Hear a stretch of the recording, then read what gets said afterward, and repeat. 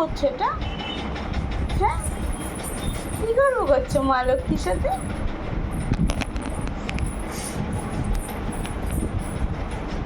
ও বাবা, নন্য করো একটু। সবসময় রান্না করে, অনেক গল্প জমে আছে, সব কথা বলছে, কি জানাচ্ছে কে জানে, মা লক্ষ্মী জানে। কি জানাচ্ছ মা? বলছে 7 বাজায় সেটা। সব গল্প করছে, না না রাস্তায় ঘৌ আছে, এই আছে। হ্যাঁ, ওরে বাবা,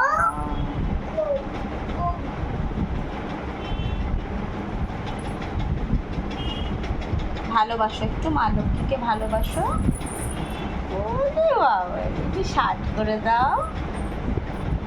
ওরে বাবা, নটটা খুলে যায় তো মা লক্ষ্মীর, বারে বারে লাগায়। কত গল্প বাবা রে, কি কি সব বোঝাচ্ছে। কি বোঝাচ্ছ মা? একটু কথা বলতে পারলে সব বলেই দিত, হ্যাঁ। ওর ভাষায়ও বোঝাচ্ছে। আর বেশি দিন নেই, ওরে দেখো কত গল্প জমে আছে মা লক্ষ্মীর সাথে, সব কথা বলছে দেখো সামনে গিয়ে এগিয়ে গিয়ে। একেই বলে বাচ্চারা ভগবানের রূপ। কত কথা বলছে। হ্যাঁ, তোমার কথা সব বুঝেছে মা, তোমার কথা তাই? সব বুঝেছে। ও বাবা, ও বাবা রে বাবা,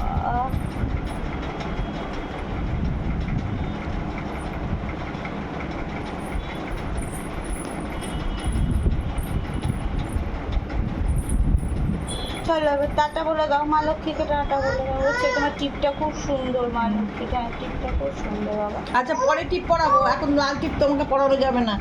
না না ওইসব বলছে না, ও বলছে মায়ের টিপের কথাই বলছে। হ্যাঁ হ্যাঁ। রে বাবা রে, ও ঝুন্টু নন করে দাও, তারপরে বলো ঠিক। ও বাবা, কত কথা, মানে তোমার জুয়েলারিটা খুব সুন্দর মা লক্ষ্মী, এসব বলছে।